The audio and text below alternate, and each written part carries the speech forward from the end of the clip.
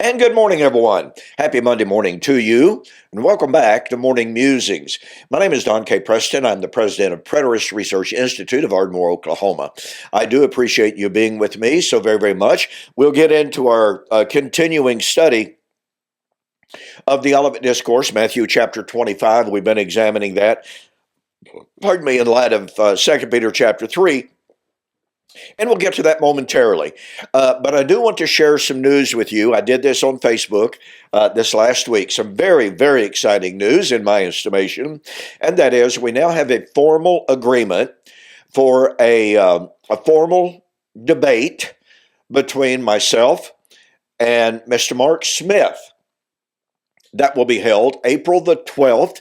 The debate will be carried on Derek Lambert's Facebook page entitled Myth Vision.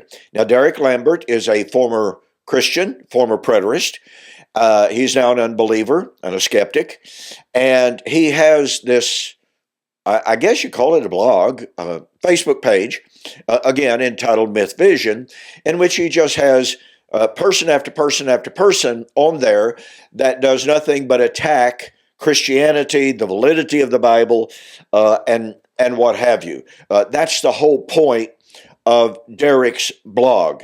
Well, he had a gentleman on by the name of Mark Smith. Mark Smith describes himself as a longtime preacher in the churches of Christ.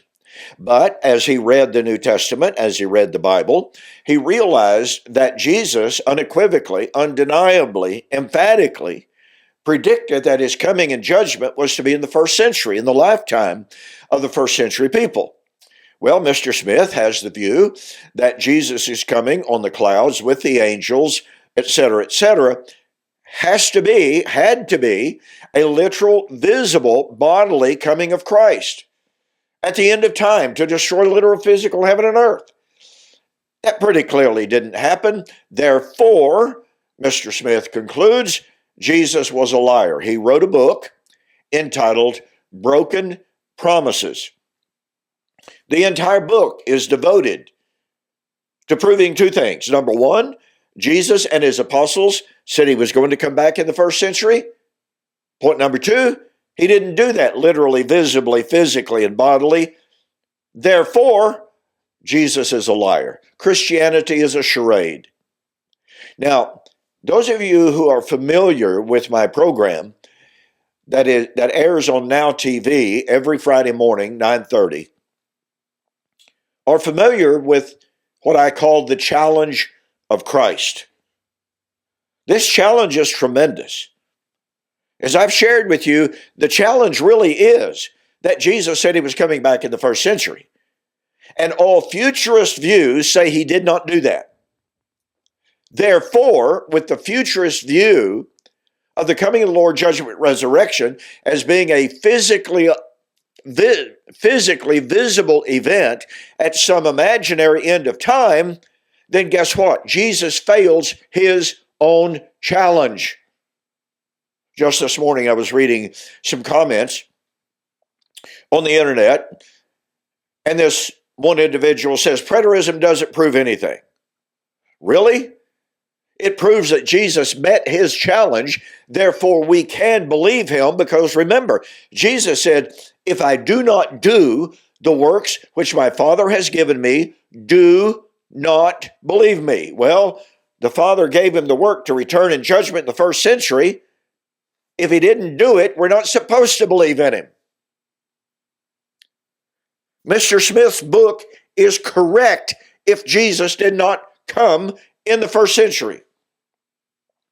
That's how serious this is. And yet it's interesting to me that in the comments underneath my announcement of the debate, I had one person after another saying, well, it's just a waste of time. And my response to that, I guess, is, since when is it a waste of time to defend the validity, the historicity, the inspiration of Scripture, the deity of Christ?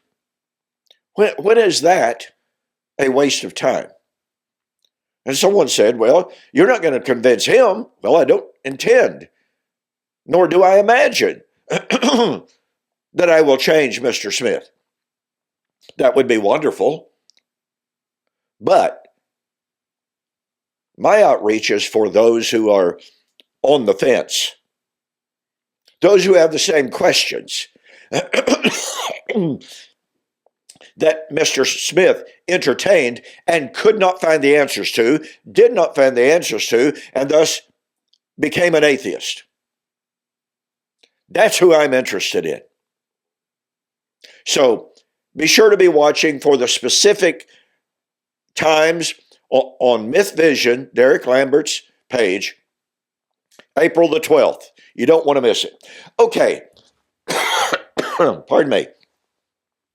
Back to our examination of Matthew chapter 25, 31 and following, as it relates to 2 Peter chapter 3. I've pointed this out several different times. Virtually no one denies, now there are some, but most certainly do not deny that the great judgment of Matthew chapter 25, 31 and following is the day of the Lord of 2 Peter chapter 3.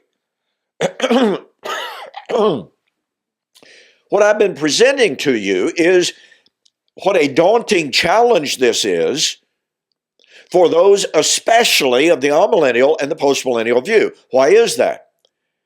It is because, point number one, 2 Peter chapter 3 is absolutely unequivocally based upon and was the anticipation of the fulfillment of God's Old Covenant promises made to Old Covenant Israel. But in the amillennial world and in the postmillennial world, it is believed and taught that God was through with Old Covenant Israel at the cross. Now, classical postmillennialism says that Israel, national Israel, will be converted at the end of the Christian age. That's false doctrine. It's false teaching. There's no merit to it.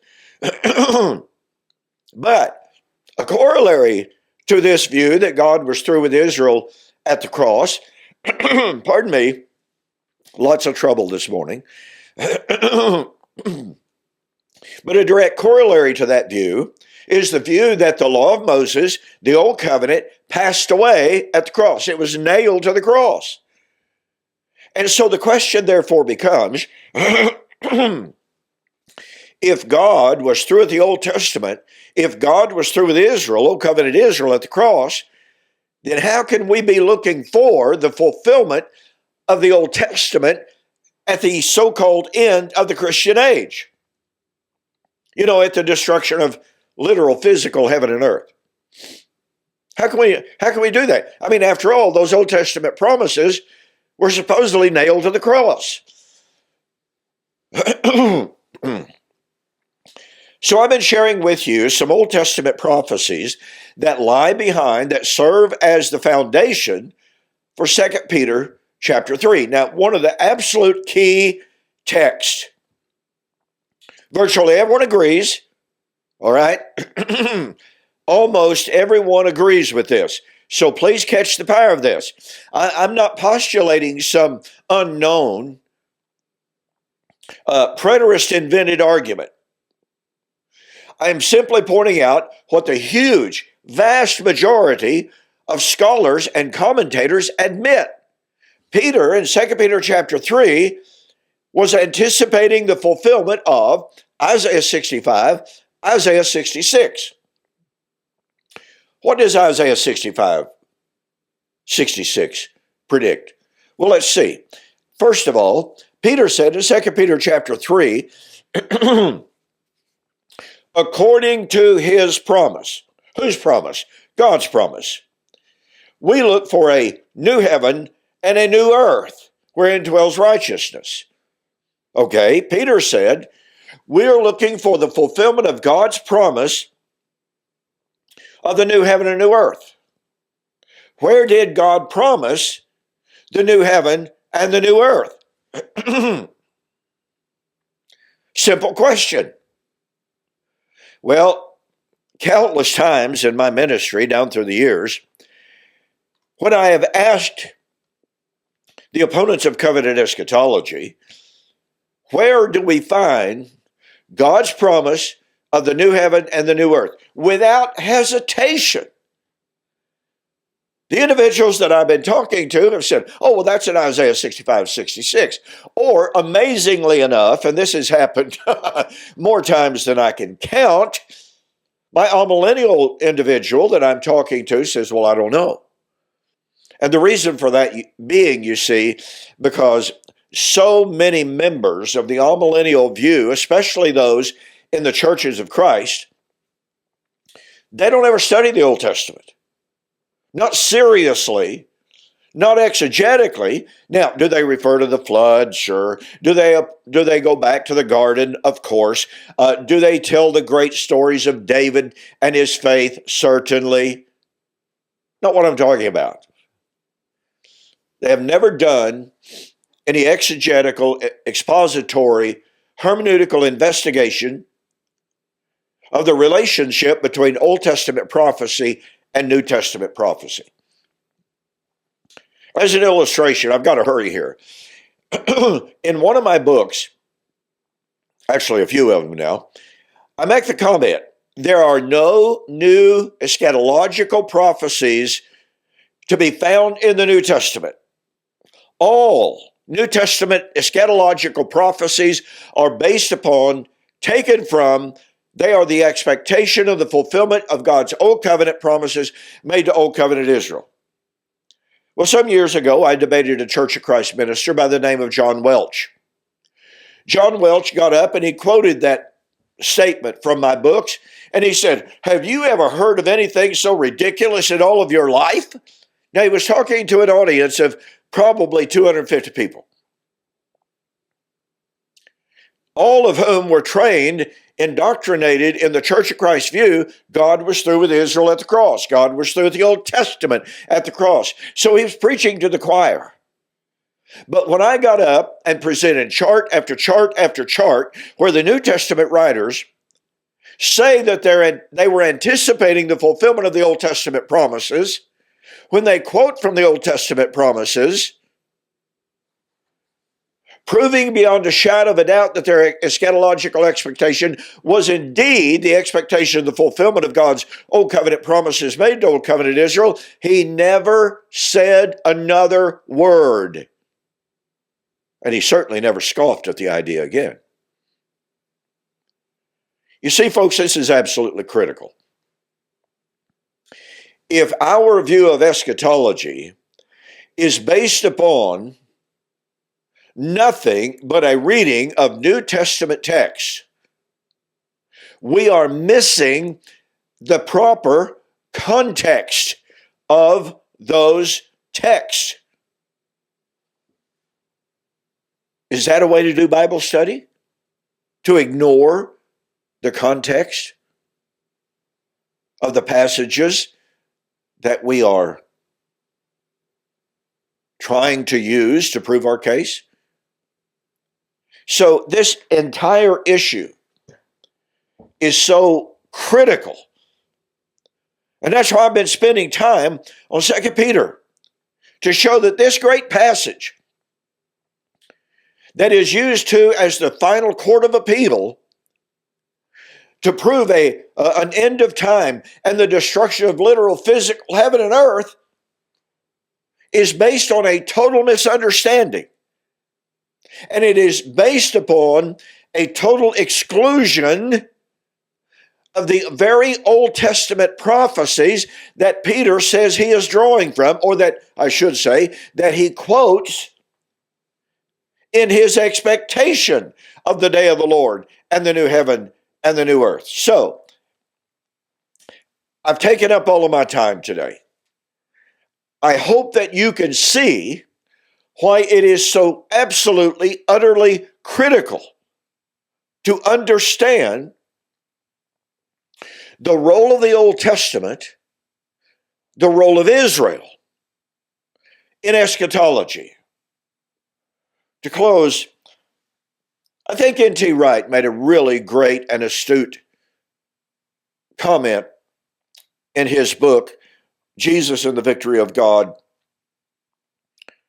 when he said, whatever God had planned for the nations, for the pagans, the Gentiles, that fate and those blessings would only come through Israel and the fulfillment of God's promises to Israel. Now, that's a rough paraphrase, but you get the gist of it. And that is unequivocally, undeniably true.